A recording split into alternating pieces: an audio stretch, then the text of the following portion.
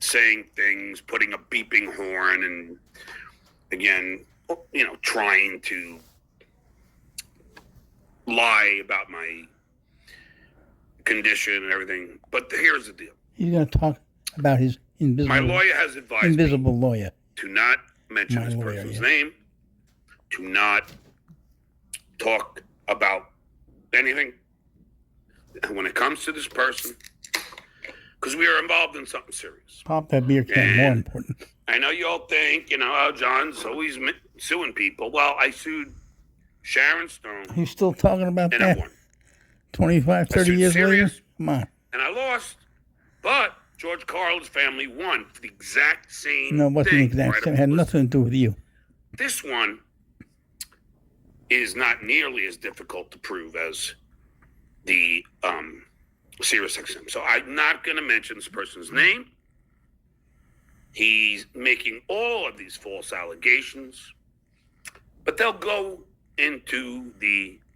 I love his news lip smacking he does.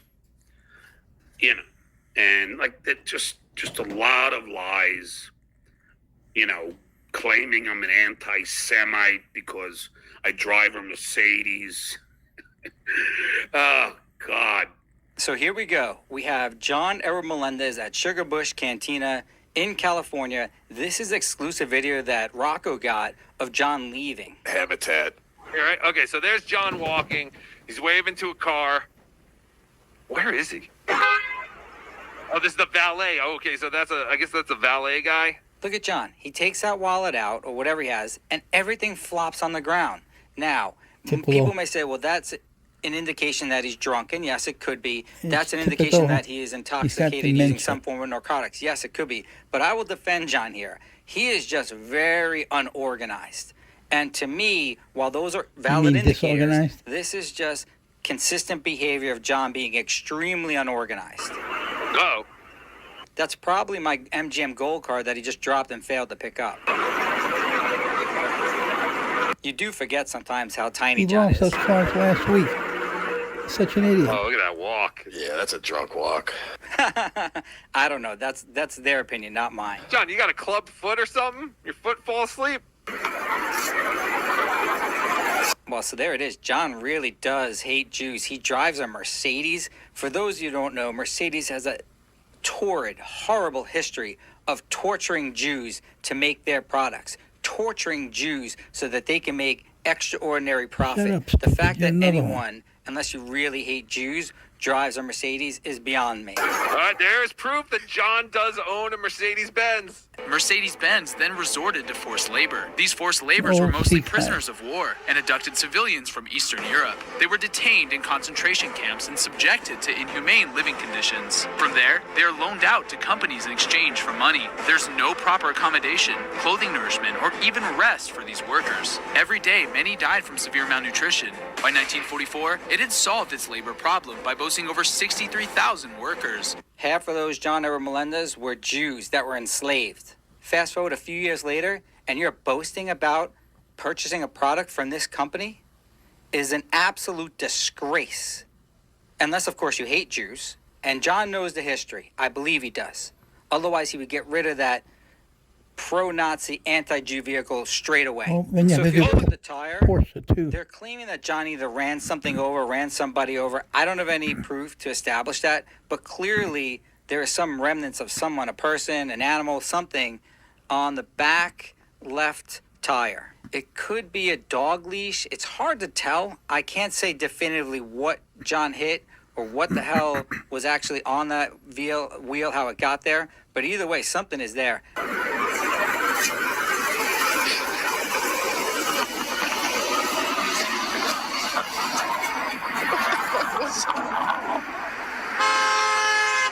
What the fuck? Yeah, John, he almost goes in oncoming traffic, almost gets hit. Holy shit. He's going to sue it's so funny because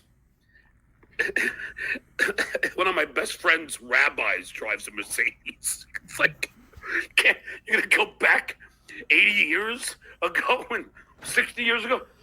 and then fucking, probably wasn't cool after World War II, but obviously things turned around. You know what? Adolf Hitler's real car was? The car that he put out to the masses?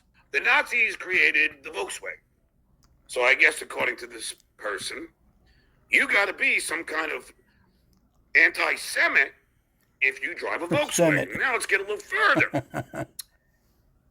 This certain person also happens to drive a Tesla. Let's see what they say about Elon Musk, shall we? This will be fun. The article goes on to say how Elon Musk is, in fact, a racist. So now you can't drive Tesla.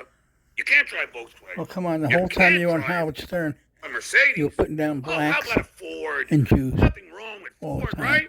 Let's read a little bit about Henry Ford. Henry Ford, anti-Semite. But to accuse somebody of such a horrendous thing based on the car they drive, 60 years, almost 60 years. It's close to after the 80 end years, of stupid. World War II is a big stretch.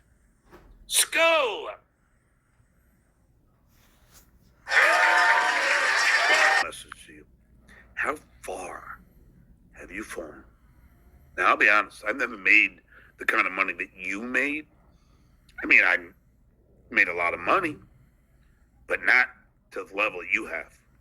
And now you're on a show that begs for money, And watching me. You're trying to fight with Anthony? Cumia, what are you, stupid? How sad. How sad.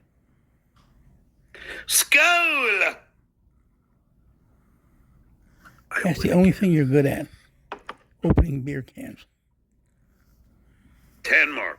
Is your hair dyed or dyed? Got himself. Go ahead. All right, that's my turn. John, from the bottom of my heart, I'm sorry that you're such a fucking loser, and you're gonna be a loser the rest of your life. It won't be long. Look at this. This is what I loved about it. Like, when I watched this, I was like, he's calling me a loser. He declared bankruptcy. He dropped out of high school. He couldn't even get one credit after being on Stern. He couldn't even pay his bankruptcy.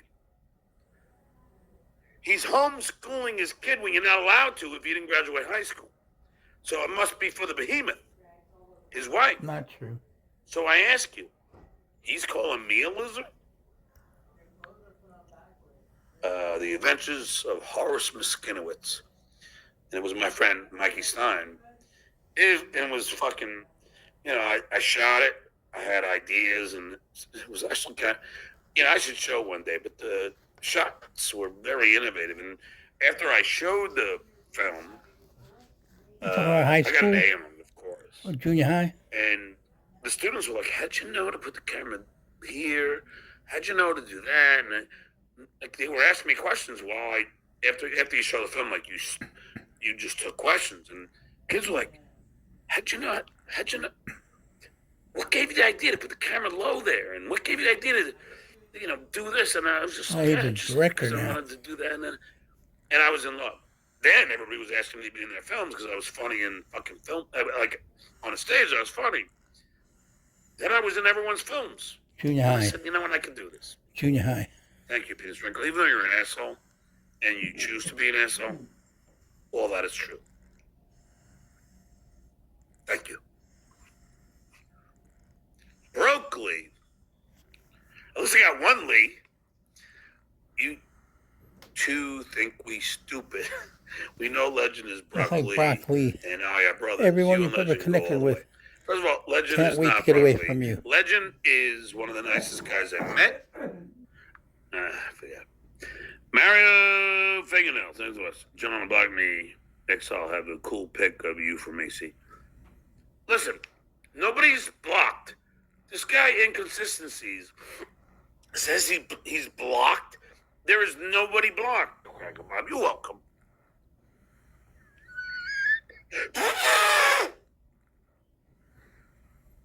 2 minutes to Wapner.